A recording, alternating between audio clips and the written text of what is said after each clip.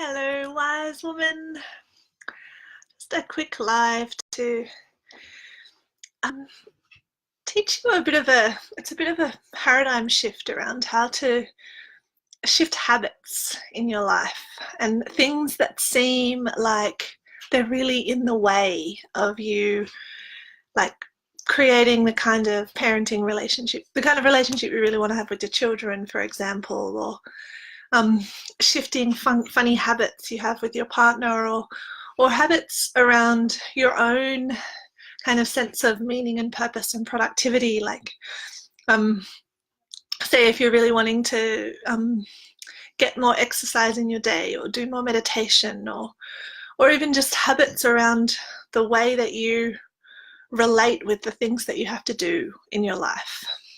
So there'll be things that come up for you that seem in the way, like whether they be like the habit of procrastination, or the habit of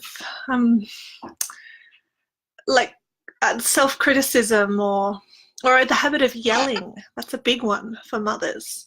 Or all these things that seem like blocks. They seem like they're in the way of you creating the life or the relationship or the day that you really want.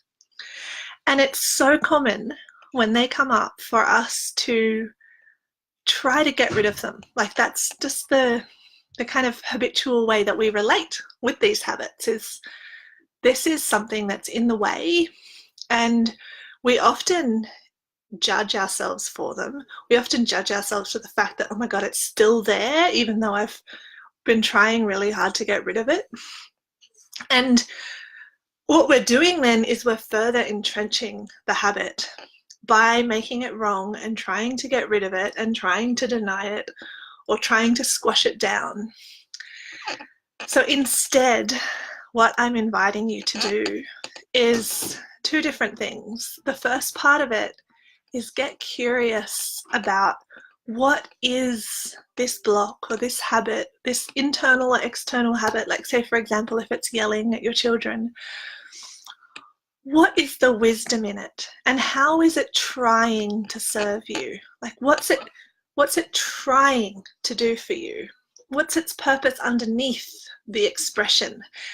Absolutely, it's, especially because it doesn't feel good for you, it's probably not an effective way of meeting the needs that it's trying to do. But underneath there's something in this habit, this block, that is like positive for you and has wisdom for you. And it's going to keep coming up and demanding your attention if you keep ignoring it. So the first thing I invite you to do is get curious about what is the wisdom in this? How is this habit trying to serve me? What's the need that it's trying to meet for me? So that's the first bit that I invite you to do. And let me know how that goes. Let Lisa and I know how that goes. And then the second part to that is, next time you notice the habit or the block come up for you, like say you notice yourself yelling at your children, practice, instead of going into like self-judgment or a shame spiral or all those habits that we usually go into, practice thanking that part of you, thanking that habit, that block, for trying to serve you. And with a compassionate energy, like, let it know that you're grateful that it's, you know what it's trying to do, and you're grateful for it.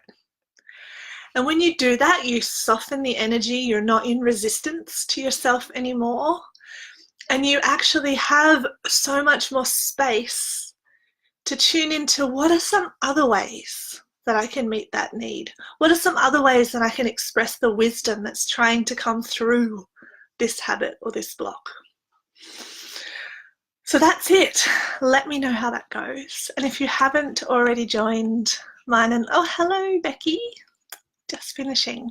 I was just talking about, next time you notice you have a habit that seems like it's in the way, seems like it's not serving you, tune into what it's trying to do for you, how it's trying to serve you, and what the wisdom that's underneath it. Even though it's not necessarily coming through you in a way that's most effective, there's some wisdom underneath there.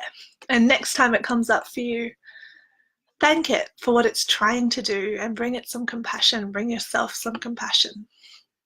And notice how then you have the space, how then you have the space to choose a different way to meet those needs, choose a different way to bring that wisdom forwards through you and in you.